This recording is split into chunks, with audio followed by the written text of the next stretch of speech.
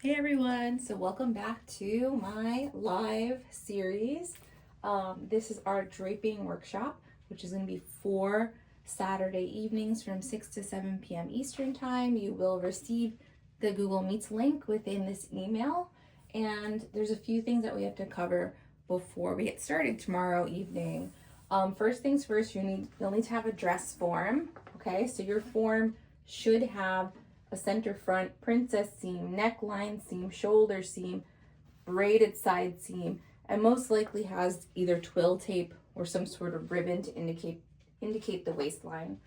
You can see that I have some of my style tape that's already laid out, so I would highly recommend that you lay this out for homework.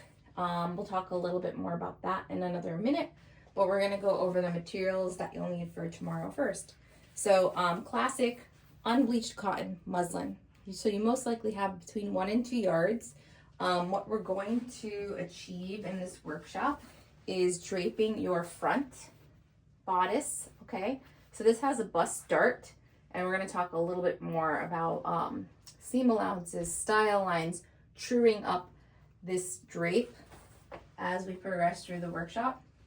And we also have the back bodice. Okay, so the back bodice is going to have a waist dart, which we can eliminate in pattern making in the future, but that is the front and back pieces of what we will be creating. So let's talk about tools. So muslin, pretty straightforward. I would say press at least 1 yard and be sure that you have a visual of where that selvage edge is, because that's gonna be our straight grain. You'll also want to have some pattern paper handy. We may not use that until the 3rd or 4th week, but it's good to get your hands on it. It usually has plotted numbers that are about 1 inch apart from one another, if not crosses or dots. You should also have a see-through ruler. Okay, so that's 2 inches by 18 inches. It's good to have the clear ruler because it has all of the inch increments by 1/8, quarter, 3/8, up to 2 inches by 18 wide. There are a few different types of hip curves, okay? They can also be called a French curve. There goes my pattern paper. So that's a pretty classic French curve or hip curve. And they also make them in longer lengths. Essentially, as long as you have a ruler that's curved, you'll notice that they're fairly similar along the top edge here, you'll be fine, because they also make like sleigh curves that are clear and plastic and see-through that you can also use, because when we end up truing through the neckline and the armhole and any other semi curves on your drape, we'll need to have a curved edge to follow when we do that. Little side note, truing just means making true lines on your drape or patterns. You'll also want to have a pair of scissors. I always like to keep a pair of paper and fabric shears so that they're separate. You won't need nippers, but they're just handy because they're small, and as we'll be draping around the waist, the neck, and the armhole, will be clipping into the muslin. And last but not least, a mechanical pencil.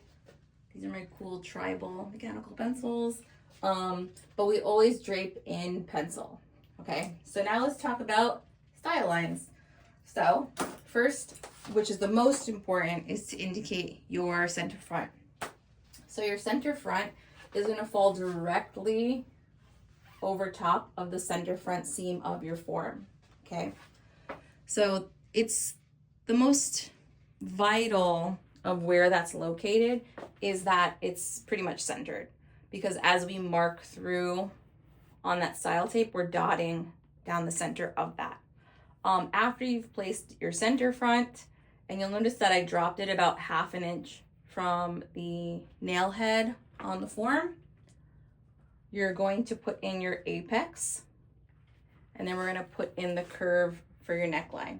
The apex level just goes from the widest or farthest point of bust closest to yourself, and then we're going to blend that neckline from 1/2 inch drop to about 1/8 of an inch away from the seam that meets the shoulder of the form here, okay? That continues on to the back, and I also dropped that about 1/2 inch because we have to think if a real body's in here with like real tissue, which is soft, we're gonna wanna have that, that be dropped in place. As for the waist, so what's important about the waist is that we find the center of the waist. I mean, realistically, we want to find the middle point because that's where we blend into hip and where we blend back up into bodice.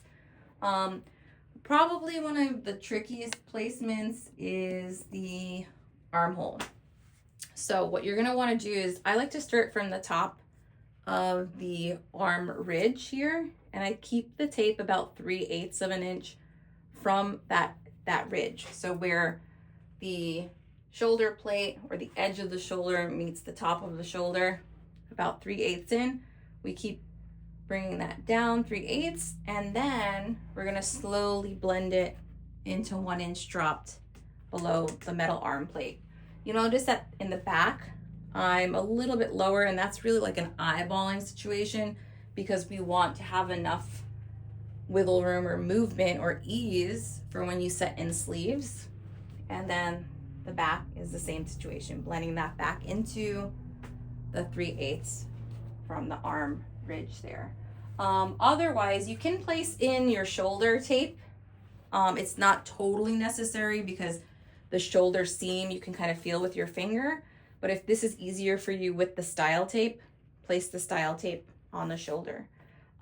For side seam, we never really put in the style tape because we use the braid and by touch to know where that is. We actually drag the pen or pencil. Invisible, disappearing pen, okay?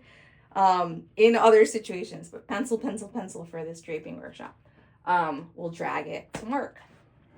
And then same applies for center back. You can place in your center back tape. So that is your homework to prep for our workshop, is pressing at least 1 yard of your muslin, having your tools out and ready, and laying out your style tape. If you have the twill tape option, which is literally just like a twill ribbon, it's similar to what is already on the form, where you've got like this kind of herringbone texture here. They make style tape that comes in the same variation, which is usually between 1/8 and 1/4 inch wide. You would just use the short silk pins to pin that in place. But I'm looking forward to seeing y'all tomorrow. I don't have makeup on right now, so yeah, but I'll see you tomorrow evening. If you have questions, please let me know, and I look forward to seeing y'all tomorrow.